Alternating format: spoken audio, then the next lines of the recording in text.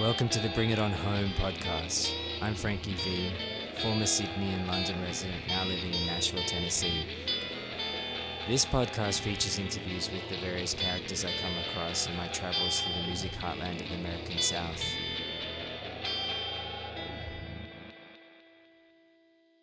I'm always curious when I meet people who have moved to Nashville to make music, particularly when they've moved here from overseas like myself.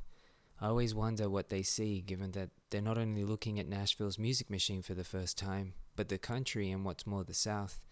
My next guest, Jesska, is a rock and roll country musician who moved to Nashville from Lyon France in around 2015 and has been busy recording an album, Rock and Roll Back, which she'll debut live at the 5 Spot in Nashville in a few weeks. I hope you sit back and enjoy the show.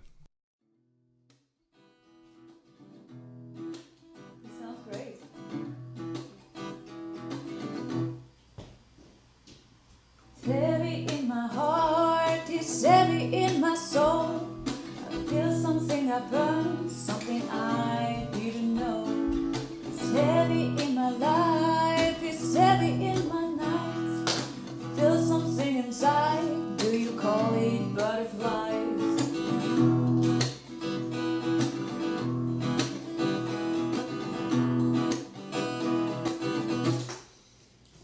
Is this what you feel? Told me it's pleasant and never hurts. I was blind, blind, blind, and now it's done. I am trapped, trapped, trapped, out of words. Constant heart, nowhere to get. A side of feeling, a side of loving, out of this chest. Constant heart, and now I get this freaky feeling. Then I love and I hate.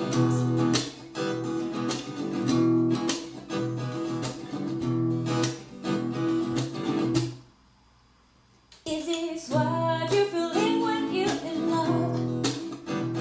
Told me it's pleasant and never hurts. I was blind, blind, blind, and now it's done.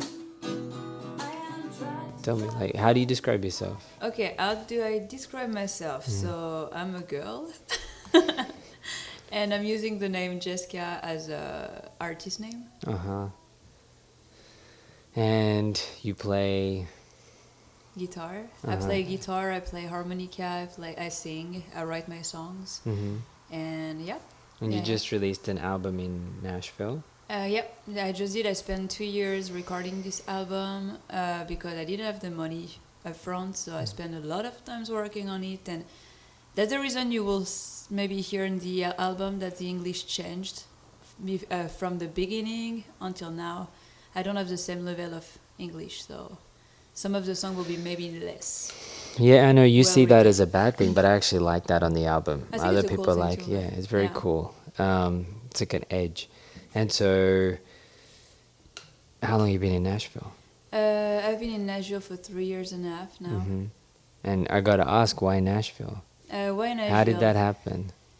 Okay, so that's a long story. So I was in France before. You're from Lyon in I'm France. from Lyon in France, yeah. And I was making music for a while, trying to make money with it. I always been like Americana, doing folk first. And I really felt that in France you will not make it fast enough to be able to live with it. So at one point I was thinking about moving somewhere else. Like at first I thought about Poland or other places. Poland. Because I liked the place. So I didn't know, like maybe I can try there. But yeah, I was trying that. I was thinking about US, but US is kind of hard to get in. And one day I went to New York. I felt in love with the place, with my mom for the first time. And I don't know, I started to think about moving there, but I didn't have any really way to go there. Maybe I was thinking about going like, you have a visa for a musician, maybe trying a year. But I really need something to kick me. And weirdly, we played the lottery green card. I don't know if you know about that. And I played for the first time. I thought it will be nothing. I didn't wait on it. And a year after, I was starting to be depressed about the music. I didn't have anything going on. I did like The Voice and stuff like that in France, but always. So wait. Yeah. You did The Voice in Yeah. France? How far did you get in The Voice? I did like two casting or something like that. I did The Voice and another casting show that was La Nouvelle Star. That's the same thing, same kind of thing. Did as you The get on the Voice. TV? This one, they gave me a phone to film myself at home and everything too, because I passed several one. And when I went to the real jury, I was so stressed out. That was one of my big deal when I was young. That was a stress. Always, I was not able to go through about the, I see. Yeah. the stress. So that was a big issue for you. Yep. Okay. Yep. So I was like, okay, so now I have to move and maybe do something. So yeah, I didn't really know how to do it, and I get the green card the first time I played. I really didn't expect that, and when I saw this thing, I was kind of like, oh my god. I love the way you think of it as a lottery. Like you think of it as a kind of Yeah. game, like a bonus prize. You That's get like to go to that. America. That's like that, but I was like kind of, I didn't schedule on it. I didn't like, I didn't know. And when you get your green card, you're just like, yeah, you have 6 months and you have to go.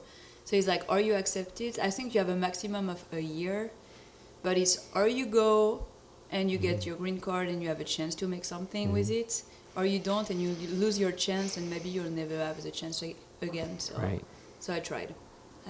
I went to Nashville first because I was thinking like about music. So the main places are Austin, Nashville, Los Angeles, New York. And I was looking for something that was more into country, rock and roll, because at this time I was more and more into rock and roll more than folk. And I picked Nashville. I went there first the year 2015 during the summer for 3 months. And I was always living in East Nashville even when I just tried, and I fell in love with East Nashville. So yeah. Wow, 2015. Has it changed a lot, East Nashville? Kind of, yeah, but in good way, I think. So this was the first city you tried? Yeah, first city I tried, and I was like, all right. We didn't check it. And that's the reason, like, I moved here since, and I'm like, I would have loved to check around doing several cities, but yeah, I'm stuck here now. I like it, so. How do you compare Lyon to Nashville? Oh, that's kind of really different. So the first time I came in Nashville, I turned around the city trying to understand how it works, walking around for maybe 2 weeks, and sometimes I turned really angry trying to understand where I could find like a place to buy grocery shopping and stuff like that in downtown. And I just understood later that you need a car to live in Nashville. There is no way that you can. No, pedestrian. Yep. Nope. And at this time, that was not really like now. Now it's getting better and better, but that was hard. But Lyon, no beaches, river, city. No, that's more like just like a big city. You in have the two middle rivers, of France, right? You have the Saône and the Rhône, and that's kind of everything is at the same place. Like for French people in general, like a city, like downtown for us is something that you can find everything around. Like you want to grocery shop, you go to like bakery or whatever. That's all next to each other. For me, that was really weird because Nashville is really like just like. You feel downtown is touristic, and after you have the real local life all around. So you just have to understand. Once you understand, you really like how it works. But so you've got a gig at the 5 spot in a week.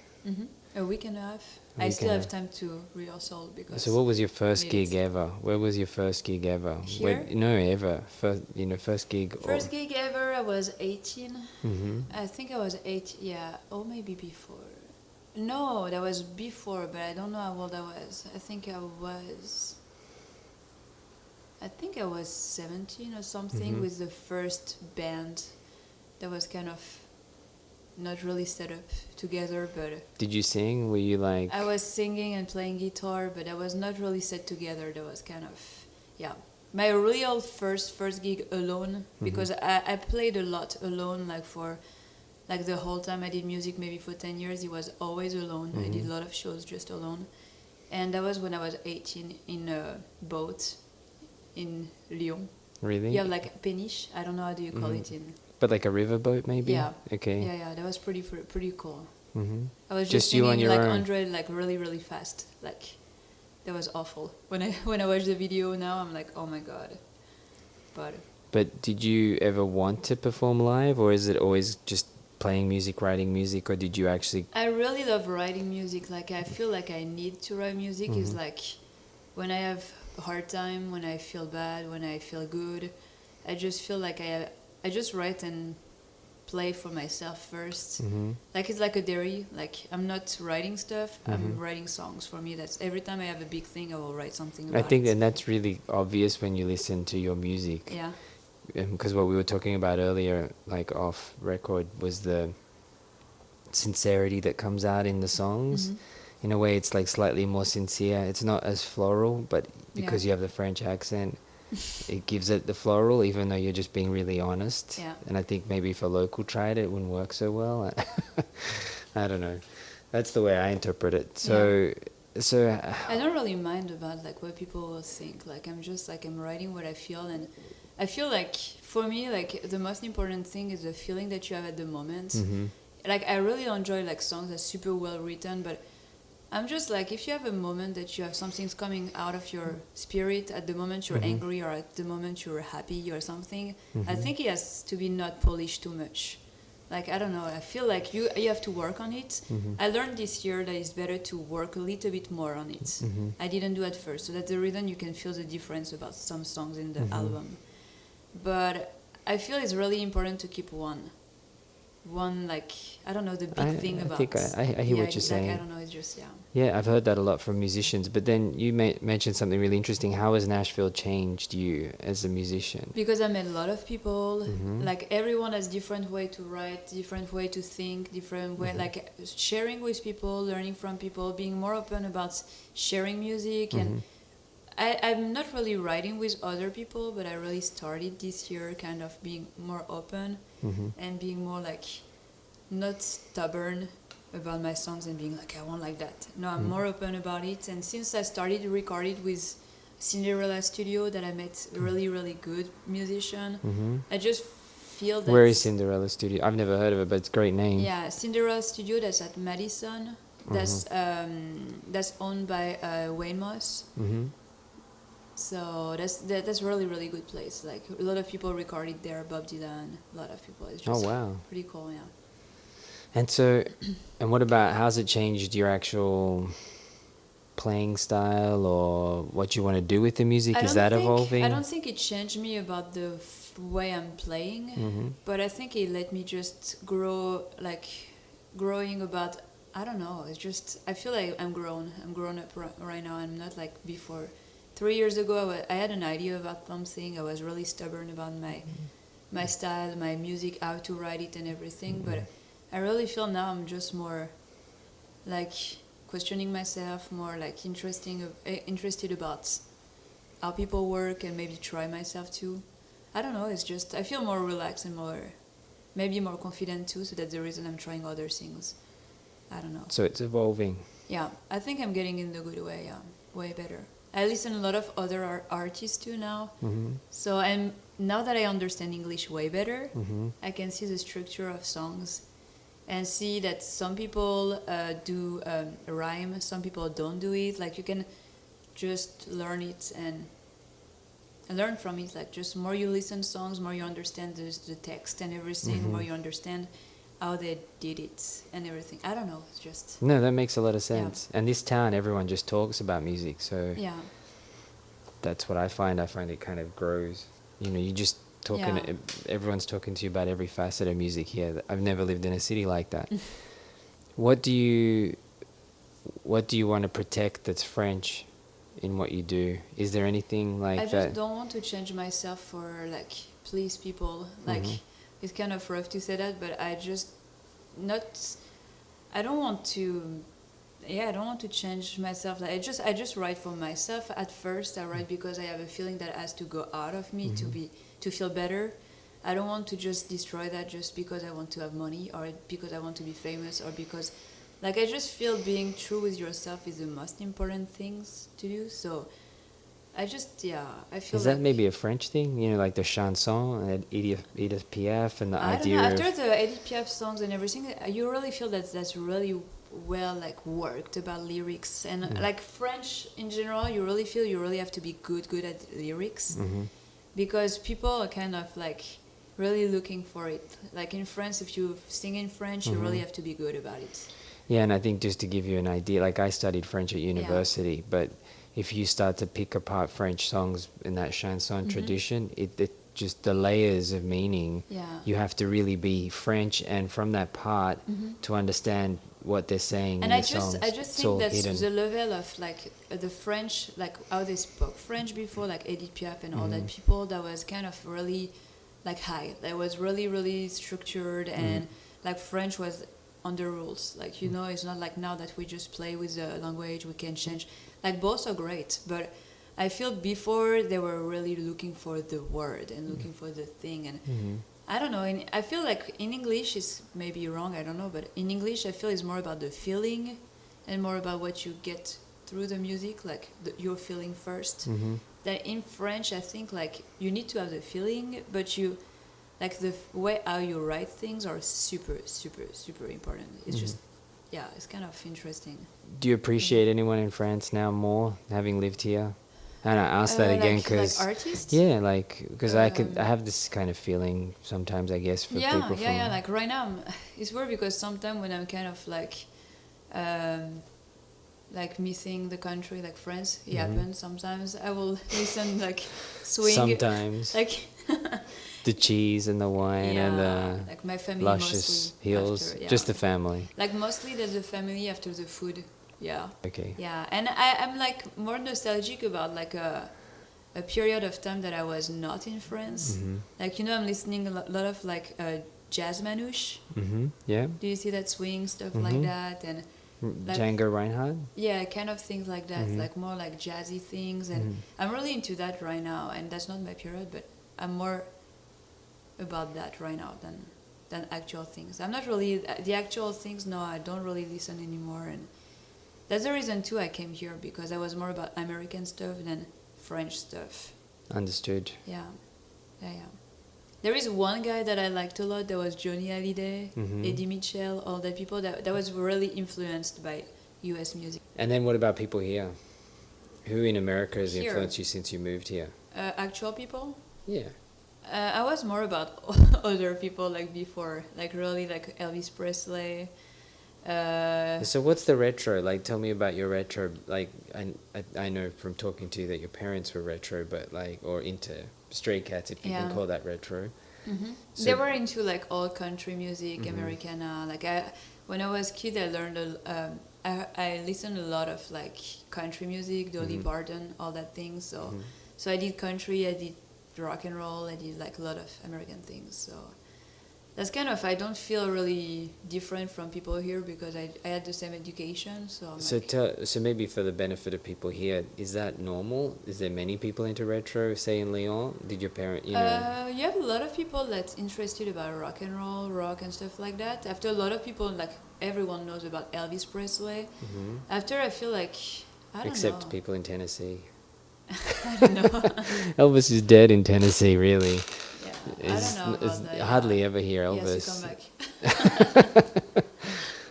Okay, and how does it change people in Europe? Like, what's your experience? I have my own experience and stuff. In Europe, I think it's coming back. I think retro? It's slowly, like, rock and roll and stuff like that, I think it's slowly coming back. Like, when I see, like, maybe, I don't know, 10 years, like, more than 10 years ago, like, when I was 15, there was not really that.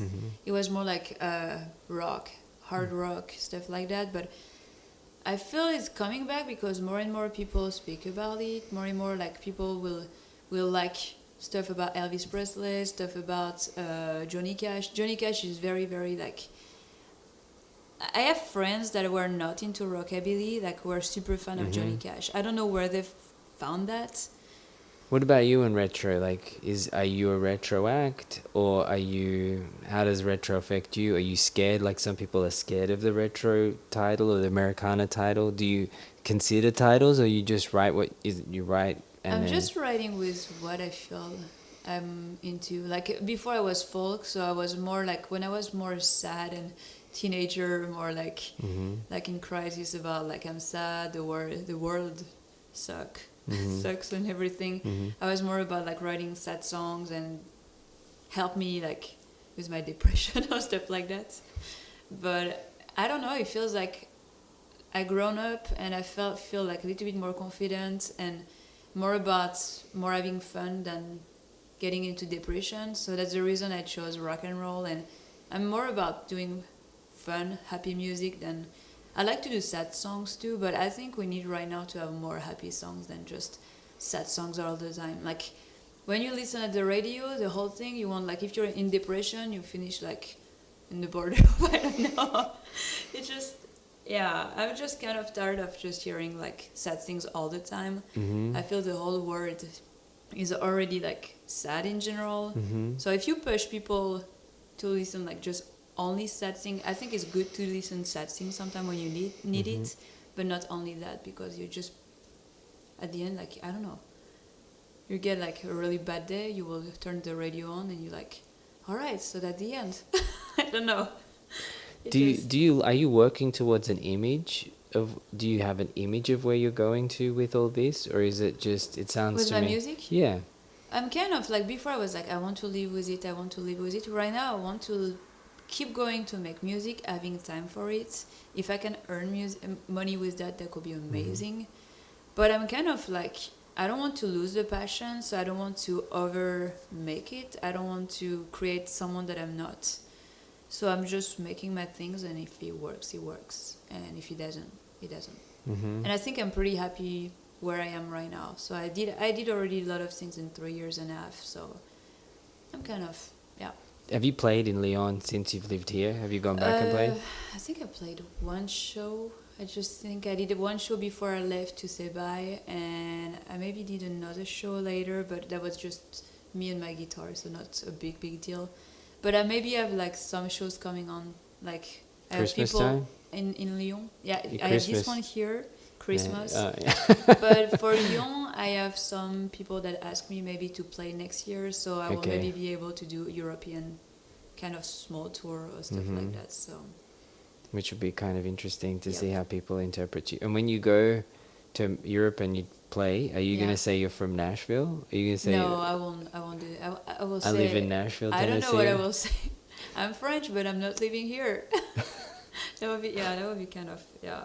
But after most of people know me, like it's so weird Mm-hmm. because I know a lot of people around the rock and roll sector in France. Mm-hmm. So people waiting on me right now. Like a lot of people are waiting on the how it goes if Mhm. I'm coming back to France to play. Like it's just weird because my parents too like speak a lot, so it's getting like a small crowd that's like waiting to see what's happened. But that's kind of exciting. Yeah, I know. I'm just kind of stressed out about everything. But Yeah, I was going to ask, do you worry about stuff like that, or? I'm happy for it, but I'm stressed out that I will not be able to handle it. But like I'm afraid to not be able like about stress. I'm someone that's always stressing for nothing, Mm-hmm. and that's the reason I'm kind of scared because I'm like I don't know if I will be able to remember my lyrics, doing my show correctly with the band. But yeah, I was always like that since I started. I'm always like going 10 times at the restroom before my shows. Like, Do you like being on stage? I like it once I'm starting. Uh-huh. Before I feel like everyone judging me. I think I feel like yeah. What drives inside. you? Like, people are lazy generally. What makes you work hard about this? Just to be done with my disc. Like I wanted to be done with that. Like Mhm. having something like what that was like way more better quality than my other things. Mm-hmm. So I was like, okay, I'm working as hell. So I'm done with it and find the real good. Like the cool thing about Cinderella Studio, what I told you, for the first time I played with other musicians, like really outside musicians that knew what they were doing. Mm-hmm. And they really teach me that I can give my confidence into other people, and I really enjoyed the fact that I had people around me that could help me with Mhm. things, and yeah, that's the reason I spent a lot of money. I was like, So it's okay. kind of like an education. Yeah, I was like, I will make it. Like right now, it's not. I didn't pay huge money because finally, it's not super expensive for what it is. I know people that spend way more money for that type of Mhm. things, but I'm just like, I'm very happy even if I worked a lot. Mhm. I'm super happy about the result right now. And so, and the other thing I think people don't realize is it's quite an industry making money out of people who want to be musicians. Yep. That's like Sometimes, yeah. common story I hear all across America. People like putting their savings into like making an album, 15K, 20K, Yeah. never ending, a producer that wants to redo things and stuff. So how did you manage all the sort of, I mean, how do you manage that? How do you manage all the hawks? People want to take advantage of you. I think I followed my instinct about the music. The music. I was lucky enough to find Cinderella Studio. It was like Wayne Moss is amazing. His wife is amazing. Like they were super helping. Like they really really helped me through the thing. Like I don't know. I think I was really lucky about it. Like really found amazing people that just still helpful.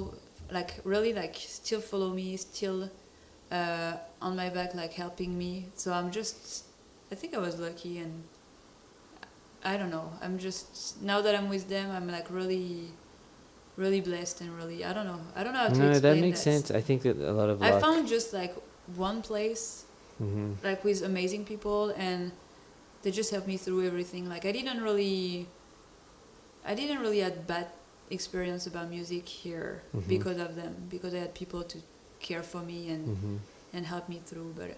I always travel for other things like cars and stuff like that here a lot. But music, no, for now.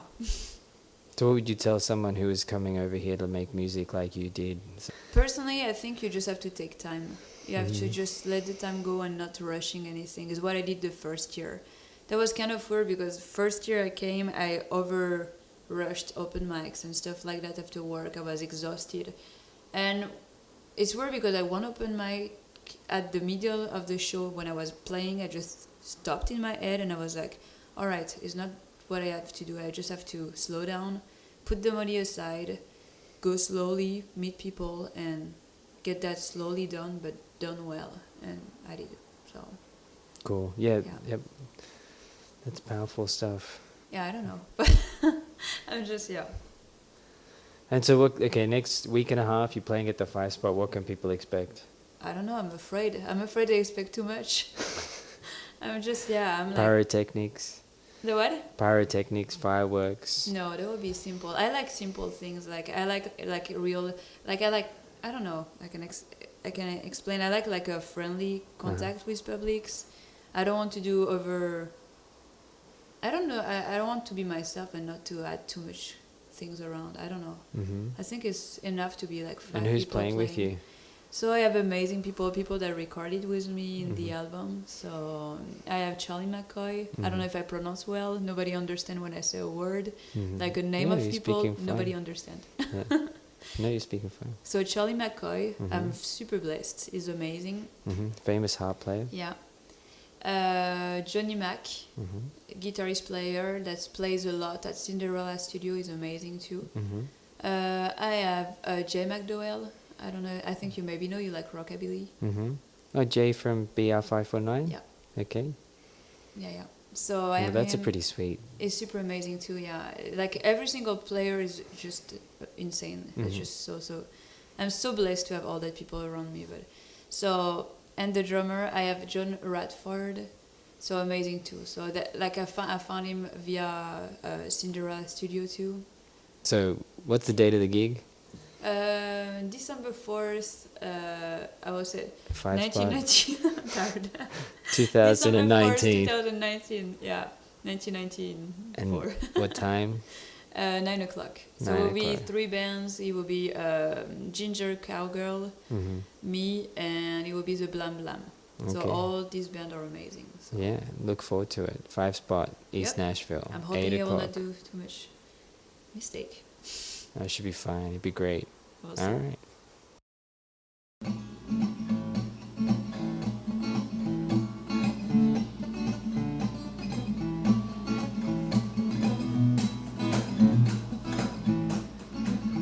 Ne joue pas avec moi, je ne te le redirai pas.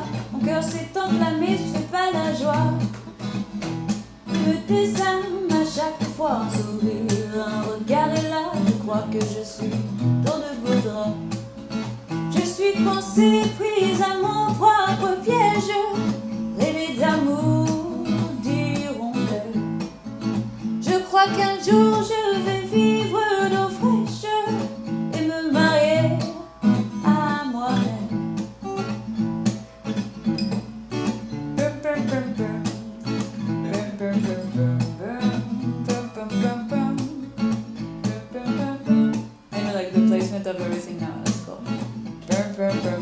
Pam, pam, pam, pam, pam. Puis on en raconte qu'un jour viendra et soudain tout s'éclaircira, que ce bon petit gars n'est peut-être pas l'élu de mon cœur, celui que j'attends, le mythe du bonheur et tout plan-plan, c'est bientôt ça. Thanks for listening to the Bring It On Home podcast. For suggestions or questions, email us at diamondjive@gmail.com.